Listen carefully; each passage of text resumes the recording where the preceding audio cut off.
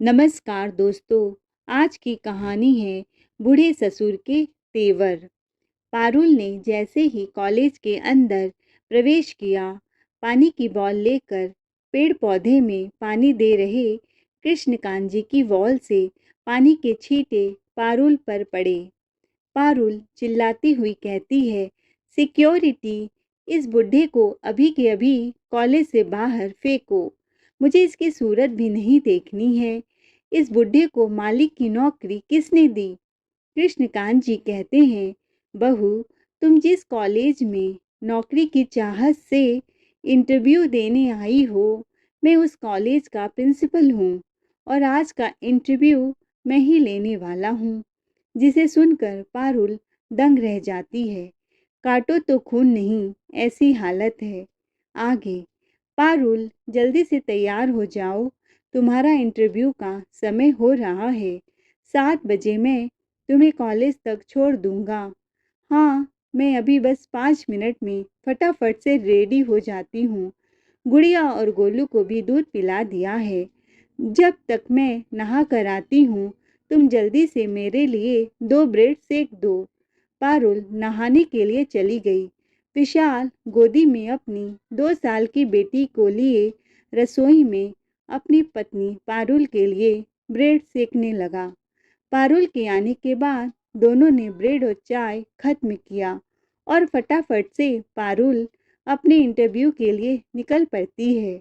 जाने से पहले विशाल पारुल से कहता है कि उम्मीद करता हूँ कि तुम्हें यह नौकरी मिल जाए तो हम दोनों के हालात कुछ सुधरेंगे।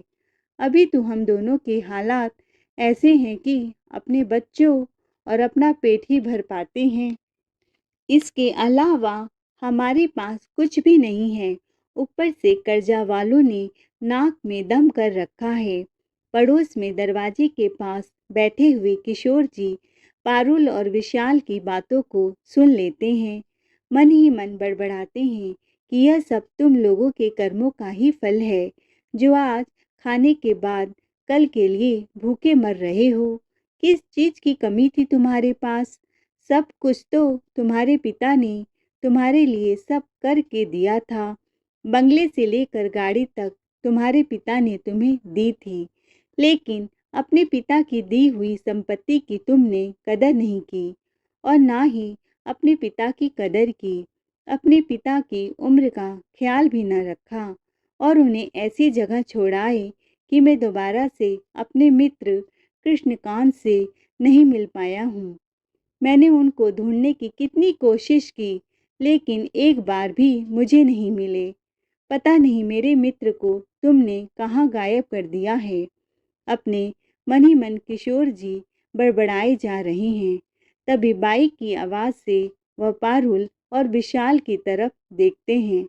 पारुल किशोर जी की तरफ आती है और कहती है, काका, आशीर्वाद दीजिए। आज मैं अपने इंटरव्यू के लिए जा रही हूँ। बेटा, जिसने तुम्हें दिल खोल कर आशीर्वाद दिया था, तुम उसका मान न रख पाई, तो अब मैं तुम्हें कोई आशीर्वाद न दे पाऊंगा। इतना कहकर किशोर जी घर के अंदर चले गए, क्योंकि पारुल और विशाल ने अपने पिता कृष्णकांत जी के साथ जो किया था वह सही नहीं था। किशोर जी ने अपने मित्र को अपने ही घर में तड़पते हुए देखा है। आज जब समय की मार पड़ी तो वही बेटे बहू मेरा आशीर्वाद लेने के लिए आ गए। अपने घर के बुजुर्ग को कंकाल मात्र बनाकर पता नहीं कहाँ फेंक आए हो और आप मेरा आशीर्वाद लेना चाहते हो। मेरा आशीर्वाद तुम दोनों को कभी नहीं मिलेगा। दरअसल 5 साल पहले पारुल और विशाल दिल्ली में एक बड़ी सी कोठी में अपने पिता कृष्णकांत जी के साथ रहते थे। कृष्णकांत जी आर्मी से रिटायर्ड अफसर थे। जिस कॉलोनी में उन्होंने अपनी कोठी बनवाई थी, वह आर्मी ऑफिसर की कॉलोनी थी। किशोर जी भी कृष्णकांत जी के साथ के घनिष्ठ मित्र भी थे। कृष्णकांत जी का एक ही बेटा विशाल था। दुर्भाग्य से बेटी की शादी के पहले ही उनकी पत्नी की मृत्यु हो गई। पत्नी के बिना कृष्णकांत जी को इतना बड़ा घर काटने को लगता था। बेटी की पढ़ाई भी कंप्लीट हो गई थी। नौकरी लगने से पहले ही कृष्णकांत जी ने कहा कि बेटा, तुम्हारी पढ़ाई भी पूरी हो गई है, जल्दी से अपने लिए एक नौकरी ढूंढ लो और इस घर में एक बहू ले आओ। एक औरत के बिना घर घर नहीं लगता है। जब तक तुम्हारी माँ थी, घर एकदम भरा भरा लगता था। अब तो घर में सन्नाटा पसरा रहता है। तुम भी पढ़ाई के लिए कॉलेज चले जाते थे, घर में बहू आ जाएगी तो अच्छा लगेगा। हालांकि कृष्णकांत जी के पास पैसों की कोई कमी नहीं थी। आर्मी में एक अफसर थे, खूब सारा पैसा था।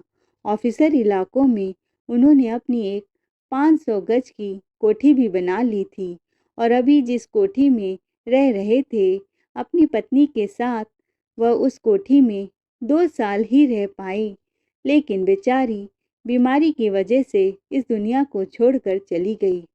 अपनी पत्नी शारदा को याद करके कृष्णकांत जी भावुक हो जाया करते थे कि यह घर मैंने तुम्हारी पसंद से बनवाया था और इस घर में तुम मन भर के रह भी नहीं पाई। घर की एक एक चीज में वह अपनी पत्नी की यादों को संजोए हुए थे। कुछ ही महीनों में विशाल की नौकरी लग गई और सबसे अच्छी बात यह थी कि नौकरी दिल्ली शहर में ही थी। नौकरी लगने के बाद ही कृष्णकांत जी अपने बेटे विशाल की शादी पारुल से करा देते हैं। शुरू शुरू के कुछ महीनों में तो पारुल अपने ससुराल में ठीक ठाक रही, लेकिन बाद में उसका कृष्णकांत के प्रति बदलता व्यवहार चला गया। वह सुबह सोकर ही 10 बजे तक उठती थी, देर रात तक पार्टियां करना, हर दूसरे दिन शॉपिंग करने जाना, अपनी सहेलियों के साथ बाहर घूमते रहना, यह सब उसे बड़ा पसंद था। हालांकि कृष्णकांत जी अपनी बहू को कभी भी कहीं आने जाने से टोका टाकी नहीं करते थे। घर में खाने पीने के लिए भी रसोइयां लगा था, साफ सफाई के लिए भी नौकर चाकर लगे हुए थे। कई बार तो ऐसा होता कि पारुल अपने पति के साथ महीने में 15 से 20 दिन घूमने के लिए निकल जाती थी, जिससे विशाल के ऑफिस से फ़ोन आने लगते थे कि तुम ऑफिस से बहुत छुट्टियां ले रहे हो, तुम्हारे पैसे काट लिए जाएंगे, इतनी ज़्यादा छुट्टियां लोगे तो आगे चलकर तुम्हें दिक्कत भी होगी। लेकिन पारुल को इससे कोई फर्क नहीं पड़ता था। उसे लगता था कि ससुर की कोठी बनी हुई है, अच्छी खासी घर में पेंशन आ रही है, तो मेरे पति को कमाने की क्या जरूरत है, इस बुढ़े के पैसे को ही हम उड़ाएंगे। एक दिन कृष्णकांत जी बाहर गमले में लगे हुए पौधे में पानी दे रहे थे। दरअसल बागवानी का शौक कृष्णकांत जी की पत्नी को बहुत था। उन्होंने अपने हाथों से गमले में तरह तरह के फूलों वाले पौधे लगाए थे, साथ ही साथ किचन गार्डनिंग भी की थी। वैसे तो कृष्णकांत जी को गार्डनिंग का कुछ खास शौक नहीं था, लेकिन पत्नी के जाने के बाद अपने खालीपन को भरने के लिए वह पत्नी के हाथ से लगाए हुए पेड़ पौधों में और गमले में सुबह शाम पानी दिया करते थे। एक दिन पारुल सज धज कर अपनी सहेलियों के साथ मॉल में किटी पार्टी करने के लिए जा रही थी। कृष्णकांत जी पौधे में पानी दे रहे थे, तभी सामने से पारुल गुजरी और पानी के कुछ छींटे पारुल के ऊपर पड़े, जिससे उसके कपड़े गीले हो गए। वह अपनी सहेलियों के सामने आंखें चौड़ी करते हुए बोली, बुड्ढे, दिखाई नहीं देता है, इतनी बड़ी यहाँ खड़ी हूँ फिर भी मेरे ऊपर पानी डाल दिया। सुबह शाम पानी का पाइप लेकर घूमता रहता है, पूरे घर को गीला कर देता है। अब मुझे अपने कपड़े चेंज करने पड़ेंगे। वैसे ही इतनी लेट हो रही है तुम्हारी वजह से, और भी लेट हो जाऊंगी। कृष्णकांत जी अपनी बहू का मुंह ताकते रह गए कि बहू अपनी सहेलियों के सामने किस तरह से मुझसे बात कर रही है। वह कुछ कह पाते इससे पहले बहू पैर पटकती हुई अंदर कपड़े चेंज करने के लिए चली गई। कृष्णकांत जी अपने बहू के रवैये से बहुत दुखी थे। जरा से पानी के छींटे क्या पड़े, बहू ने सबके सामने इतनी बदतमीजी से मुझसे बात की। पानी ही तो था, थोड़ी देर में सूख जाता। और मुझे क्या पता था कि जब मैं पानी की बॉल लेकर मुड़ने वाला था तो पीछे से तुम आने वाली हो। शाम को कृष्णकांत जी अपने बेटे से इस बारे में बात करते हैं तो विशाल भी गुस्से से कहता है, पारुल सही तो कह रही थी पापा, तुम भी जरा से गमले में पूरा दिन पानी देते रहते हो। पता नहीं इन गमलों से तुम्हें क्या लगाव है। किसी दिन गुस्सा आया तो तुम्हारे सारे गमले उठा के फेंक दूंगा। पूरी कोठी में मिट्टी मिट्टी किए रहते हो। बेटा, तुम्हें तो पता है वह गमले तुम्हारी माँ के हाथ से लगाए हुए हैं। तो क्या हो गया पापा, मिट्टी के गमले ही तो हैं, कोई कल्प वृक्ष तो नहीं है जिनको हम उखाड़ के नहीं फेंक सकते। अब जो भी काम करना ध्यान से करना, पारुल को कोई दिक्कत नहीं होनी चाहिए।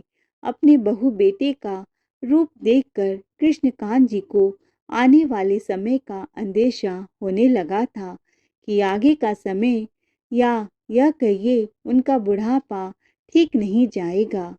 इन्हीं बातों से परेशान कृष्णकांत जी पास के ही पार्क में अपने मित्र किशोर के साथ टहलने चले गए। कृष्णकांत जी और किशोर जी जब भी मिलते एक दूसरे से अपने मन की सारी बातें करते थे। किशोर जी अपने मित्र को सलाह देते हैं कि आपको अपने लिए कुछ सोचना चाहिए। अभी तक तो अपनी पेंशन आप बेटे बहू को दे रहे थे, लेकिन बेटे बहू के रवैये को देखते हुए आपको अपने हाथ में कुछ पैसे रखने चाहिए। घर पर आकर कृष्णकांत जी अपने बेटे से कहते हैं, बेटा मेरे बैंक के कागज और एटीएम का कार्ड मुझे दे दो। मुझे अपने लिए कुछ पैसे निकालने जाने हैं और अपना एटीएम कार्ड भी बदलवाना है। भड़कते हुए विशाल कहता है, क्यों पापा, आपको कार्ड बदलवाने की क्या ज़रूरत है और आपको बैंक जाने की भी क्या ज़रूरत है। कुछ पैसे चाहिए तो मैं निकाल कर दे दूंगा, लेकिन हाँ, बैंक में ज़्यादा पैसे नहीं हैं, 1000 रुपये ही दे पाऊंगा। बेटा, मेरे ही पैसे मुझे देने से मना कर रहे हो, कार्ड भी मेरा ही है। मुझे मेरा एटीएम कार्ड वापस चाहिए और मेरे सारे सरकारी कागज भी वापस करो जिस पर मेरी पेंशन आती है। सब कुछ तुमने अपने पास रखा हुआ है, मेरे पैसे, मेरे कार्ड, तुम मालिक क्यों बन रहे हो। इसी बात को लेकर के विशाल और कृष्णकांत जी में एक तीखी बहस हो जाती है। रात में पारुल अपने पति को भड़काते हुए कहती है, देखो जी, यह कोठी तुम्हारे पिताजी के नाम है। अभी तुम्हारे पिताजी के ऐसे तेवर हैं तो आगे चलकर पता नहीं क्या क्या करेंगे। हमें कुछ ना कुछ जरूर करना पड़ेगा। इस कोठी को अपने नाम करना पड़ेगा। साथ ही साथ पिताजी की पेंशन भी उन्हीं के अकाउंट में आती है। आज वो अपनी पेंशन पर हक जताने लगे हैं। अभी तो हम उनके पेंशन के पैसे खुद ही निकालते थे, खुद ही खर्च करते थे। उन्हें इससे कुछ लेना देना नहीं था। पता नहीं कौन उनके कान भरता है। हमें उनकी पेंशन के बारे में भी कुछ न कुछ जरूर सोचना चाहिए। विशाल भी कुछ कम नहीं था। उसने भी अपने पिता के बारे में जरा भी ना सोचा और एक कलयुगी बेटे की तरह अपनी पत्नी से कहा, तुम चिंता मत करो पारुल, मैं कुछ न कुछ ऐसे जुगाड़ करूँगा जिससे कोठी मेरे नाम आ जाएगी और पेंशन का एक पैसा भी वह नहीं निकाल पाएंगे। हफ्ते 10 दिन तक पारुल और विशाल अपने पापा से बात नहीं करते हैं। कृष्णकांत जी अपने बहू बेटे के बदलते हुए रवैये को और उनके व्यवहार को देखकर बहुत ज़्यादा दुखी हैं। ठीक से खाना भी नहीं खाते, रात में नींद भी नहीं आती, चिंता करते रहते हैं, अपनी पत्नी को याद करते हैं। अधिक टेंशन लेने की वजह से एक दिन उनका ब्लड प्रेशर बहुत हाई हो गया, जिससे हार्ट अटैक आ गया। आनन फानन में अस्पताल में भर्ती कराया गया। हफ्ते भर तक वह अस्पताल में भर्ती रहे। मौके का फ़ायदा उठाकर पारुल और विशाल अस्पताल के कागजों के नाम पर अपने पिता से कोठी के कागजों पर दस्तखत करा लेते हैं और पूरी जायदाद अपने नाम करवा लेते हैं। जिनको कृष्णकांत जी समझ ही नहीं पाते हैं कि बहू बेटे उनके साथ इतना बड़ा खेल खेल रहे हैं। उन्हें तो लग रहा है बहू बेटे उनकी खूब सेवा कर रहे हैं। जैसे ही कोठी बहू बेटे के नाम होती है, घर आने पर दोनों ने अपने पिता को तंग करना शुरू कर दिया। अब तो वह ठीक से खाना भी नहीं देते। तबीयत खराब होने की वजह से ठीक से चल फिर भी नहीं पा रही हैं। घुटनों में दर्द होने लगा है। अपने मित्र किशोर से भी नहीं मिल पाते हैं। कभी कभार किशोर जी ही उनसे मिलने के लिए आ जाते हैं, तो पारुल और विशाल को फूटी आंख नहीं सुहाता है। कृष्णकांत जी रात के 12 बजे तक अपने कमरे में बैठे हैं। आंखों में नींद दूर तक नहीं है। सूख कर एकदम से कंकाल हो गए हैं। ना तो ठीक से खाना खाने का मन करता है, ना ही कोई उनकी परवाह करता है। एक किशोर जी ही उनसे मिलने आते थे। उनको भी बहू बेटे ने बंद कर दिया। अब घर के अकेले कमरे में पड़े पड़े उनका दम घुटता है।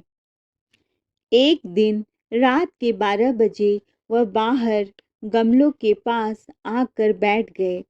रात के 2 बजे बहू बेटे अपनी पार्टी करके वापस आए। गमलों के पास अपने पिता को बैठा हुआ पाया तो भड़कते हुए कहने लगे, तुम्हें बाहर निकलने की क्या जरूरत थी?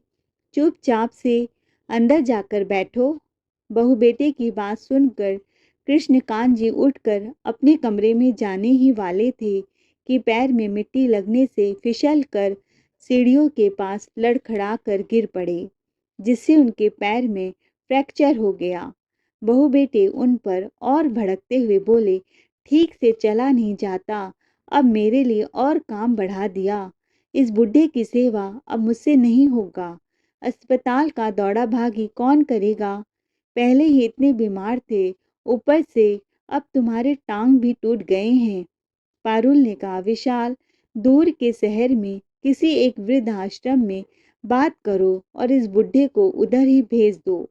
पैरों में दर्द की वजह से कृष्णकांत जी करा रहे हैं और अपने बहू बेटे की इतनी कड़वी बातें सुनकर अपना दर्द भूल गए। कहते हैं, यह घर मेरा है, कोठी मैंने बनवाई है, मेरे नाम है। निकलना है तो तुम इस घर से निकल जाओ। मुझे पेंशन मिलती है, मैं अपनी पेंशन से अपनी जिंदगी का गुजारा कर लूंगा। पारुल चिल्लाती हुई कहती है, यह कोठी तुम्हारी नहीं है, अब मेरे नाम हो गई है। चाहे तो तुम कोठी के कागज भी देख सकते हो। कोठी के कागज अपने ससुर को दिखाते हुए पारुल कहती है, जिसे देखकर कृष्णकांत जी दंग रह जाते हैं। और तुम क्या मुझे घर से निकालोगे? अपने पैरों पर तो ठीक से खड़े नहीं हो पा रहे हो। विशाल, ऐसा करो, अभी इस बुढ़े को किसी दूसरे शहर में वृद्धाश्रम में छोड़ आओ। अपने बहू बेटे की बात सुनकर कृष्णकांत जी तड़प गए। उस घर को कैसे छोड़ दें, जिस घर को उन्होंने इतने मन से बनवाया है। जो घर उनका है, आज उसी घर से बहू बेटे निकाल रहे हैं। लेकिन बहू बेटे ने किसी की भी नहीं सुनी। रात को ही दोनों ने हाथ पैर पकड़कर कृष्णकांत जी को कार में डाला। पैर में बेतहासा दर्द हो रहा है। बेटे बहू इतने निर्दयी हो गए कि उन्होंने अपने पिता को अस्पताल में दिखाने की जरूरत भी नहीं समझी। अस्पताल दिखाने की जगह एक दूसरे के शहर के वृद्धा आश्रम में छोड़ आए और पलट के भी नहीं देखा। अपने बहू बेटे की इतनी भयानक मंजर को देखकर कृष्णकांत जी की आंखों से आंसू नहीं रुक रहे हैं। जितना दर्द उन्हें अपने टूटे हुए पैर का नहीं है, उतना दर्द अपने बेटे के व्यवहार से हो रहा है। वह दर्द से चीख चीख कर चिल्ला रहे थे, हे भगवान मदद करो। दिल के टुकड़े टुकड़े हो गए। कितने प्यार से अपने बेटे को पाला था, कितने अरमानों से घर में बहू लेकर आए थे कि बहू आएगी तो घर फिर से हरा भरा हो जाएगा, घर में अच्छा लगेगा।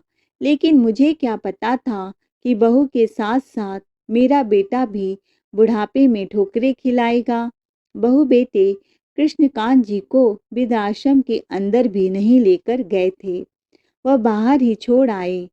जब सुबह के 5 बजे वृद्धाश्रम का मैनेजर जागा और उसने बाहर किसी के कराने की जोर जोर से आवाज सुनी तो भाग कर आया। कृष्णकांत जी की हालत देखकर आश्चर्यचकित रह गया। उसने फटाफट से कृष्णकांत जी को एक अस्पताल में भर्ती कराया, पैर पर प्लास्टर चढ़वाया। 2 महीने तक कृष्णकांत जी के पैर पर प्लास्टर चढ़ा रहा। इधर किशोर जी घर में अपने मित्र के ना दिखने पर बड़े परेशान थे। कई बार उनके बेटे बहू से पूछने की कोशिश की, लेकिन दोनों ही कृष्णकांत जी के बारे में पूछने पर भड़क जाते थे, कुछ नहीं बताते थे। बेटा बहू हमेशा पार्टियों में बिजी रहते थे। लेकिन किशोर जी को इतना समझ में आ गया था कि जो कुछ भी हुआ है उसमें इन दोनों का हाथ जरूर है, क्योंकि कृष्णकांत जी उनके आगे अपना दुखड़ा हमेशा रोते थे। बहू बेटे किस तरह से परेशान करते हैं यह सब भी उन्हें पता था। कई जगह शहरों में उन्होंने अपने मित्र को ढूंढने की कोशिश भी की, लेकिन नाकाम रहे। लेकिन कहते हैं ना कि जो जैसा करता है वह वैसा भोगता है। विशाल और पारुल के साथ भी यही हुआ। उन दोनों ने अपने बुजुर्ग पिता के साथ जो किया था उसका फल तो उन्हें मिलना ही था। ऑफिस में इतनी ज़्यादा छुट्टियां करने की वजह से विशाल की नौकरी चली गई। इसी बीच पारुल को जुड़वा बच्चे पैदा हो गए। घर में खर्च इतने ज़्यादा हो गए थे, बिना नौकरी के पारुल और विशाल अपने घर के खर्चों को नहीं संभाल पा रहे थे, क्योंकि पहले से ही शॉपिंग और पार्टियां करने का इतना ज़्यादा शौक था कि एक भी पैसा बचा कर नहीं रखते थे। जगह जगह से उधारी ले रखी थी। जिनसे उधारी ली थी सब उनके कोठी में आकर पैसे मांगते। उधारी अधिक वजह से आखिर में पारुल और विशाल को अपने पिता की वह कोठी बेचनी पड़ी, जिसे उन्होंने अपने पिता से धोखे से छीन लिया था। कोठी बेचकर वह उसी सोसाइटी में 2 कमरे के एक घर में रहने लगे, जो किशोर जी के बगल में ही था।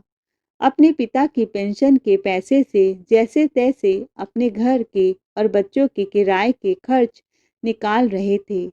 लेकिन एक दिन अचानक से बैंक में जाकर पता चलता है कि जिस अकाउंट से पेंशन के पैसे निकालते थे वह बंद हो गया है। अब तुम पैसे नहीं निकाल पाओगे। विशाल के हाथ पैर फूल गए कि किस तरह से घर के खर्च चलाएगा, क्योंकि अब तो घर में 4 सदस्य हो गए हैं। घर में पैसों के लाले पड़े हुए हैं, नौकरी मिल नहीं रही है, यह कहिए कि सड़क पर आ गए। बस खाने लायक पैसे थे उनके पास, इसके अलावा कोई जरिया नहीं था पैसों का। आज कुदरत ने उन दोनों को ऐसा सबक सिखाया है कि आसमान के तारे नजर आ गए। जब अपने ही बच्चों को कुछ खिलाने के लिए नहीं ला पाते हैं तो दोनों की आंखों में आंसू आ जाते हैं। लेकिन कहते हैं ना कि जो जैसा करता है वह वैसा भरता है। वह इसलिए अब उनका स्वभाव किशोर जी के प्रति भी बदल गया। लेकिन किशोर जी की उन दोनों को बिल्कुल भी पसंद नहीं करते थे, क्योंकि वह उन दोनों की हकीकत जानते थे। आखिर में पारुल कहती है कि अब हम दोनों और बच्चों के पेट को भरने के लिए मैंने एक स्कूल में टीचर की पोस्ट के लिए अप्लाई किया है। अगर तुम्हें नौकरी नहीं मिल रही है तो मैं ही हाथ पैर मार कर देखती हूँ, जिससे अपने बच्चों को कुछ खिला सके, अपना पेट भर सके। इतना सब हो जाने के बाद उन दोनों के मन में एक बार भी नहीं आया कि अपने पिता से जाकर माफ़ी मांग ले। जैसे ही पारुल कॉलेज में इंटरव्यू के लिए घुसती है, तो उसे कॉलेज की एक गार्डनिंग एरिया में एक बुढ़ा दिखाई देता है। पारुल ने गौर से देखा, उसे वह बुढ़ा जाना पहचाना सा लग रहा था। पास जाकर देखती है, दंग रह जाती है। लगता है तुम्हारे पैर ठीक हो गए हैं, इसीलिए कॉलेज में माली का काम करने लगे हो। ठीक भी है बुढ़े तेरे लिए, यही सही है। घर में रहकर बहुत रौब दिखाता था, देखा कैसे घर से चुटकियों में निकाल दिया, किसी को पता भी नहीं चला। कृष्णकांत जी अपनी बहू को देखकर आग बबूला हो जाते हैं और पानी की बॉल को एक तरफ रखने के लिए जैसे ही मुड़ते हैं, तो आज फिर से पानी की बॉल से पारुल के ऊपर पानी गिर जाता है।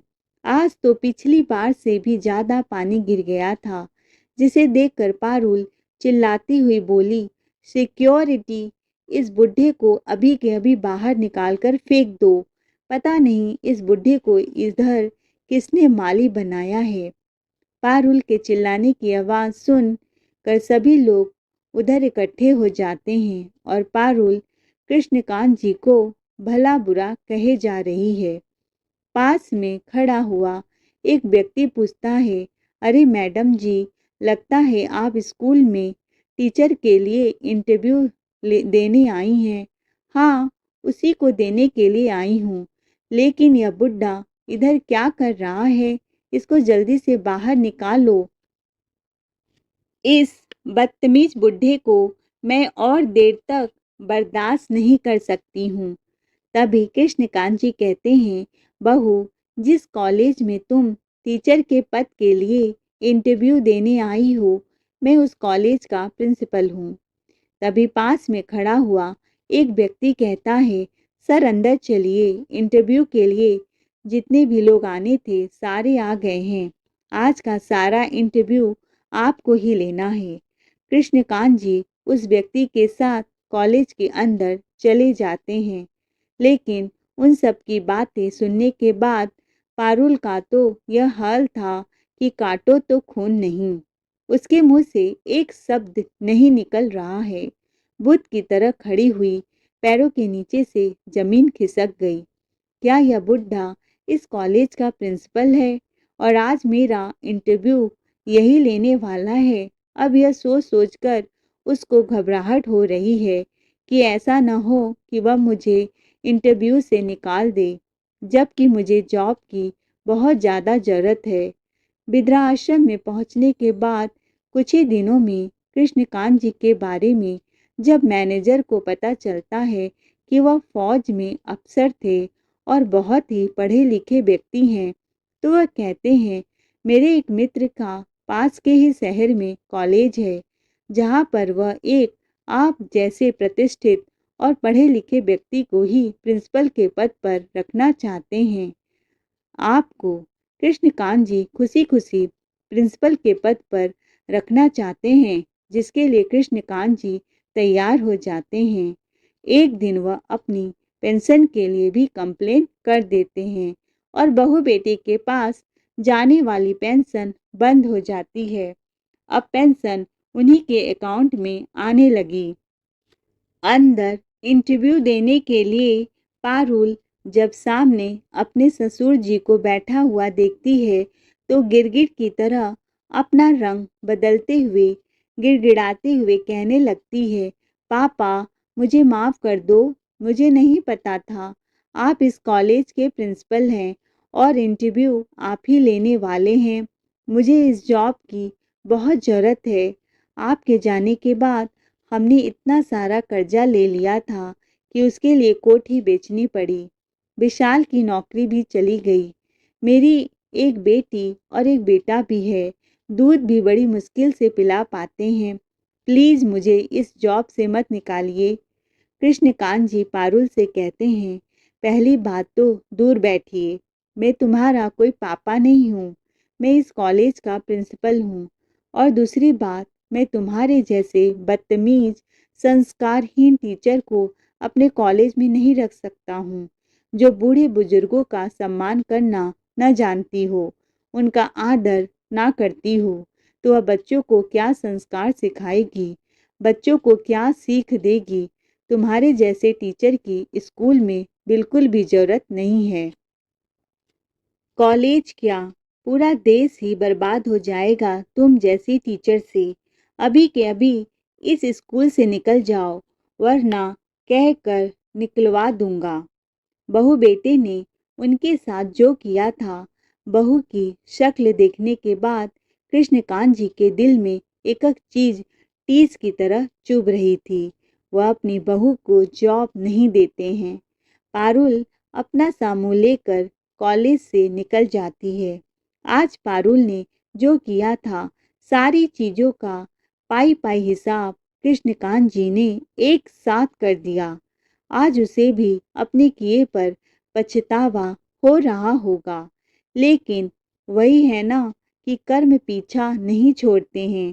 आप अगर गलत करेंगे तो आपके साथ कैसे अच्छा होगा। इसीलिए हमेशा सभी के साथ अच्छा करने की कोशिश करिए, सभी का सम्मान करिए और कभी भी किसी के साथ धोखा करने का मत सोचना। तो दोस्तों, कृष्णकांत जी का फैसला कैसा लगा?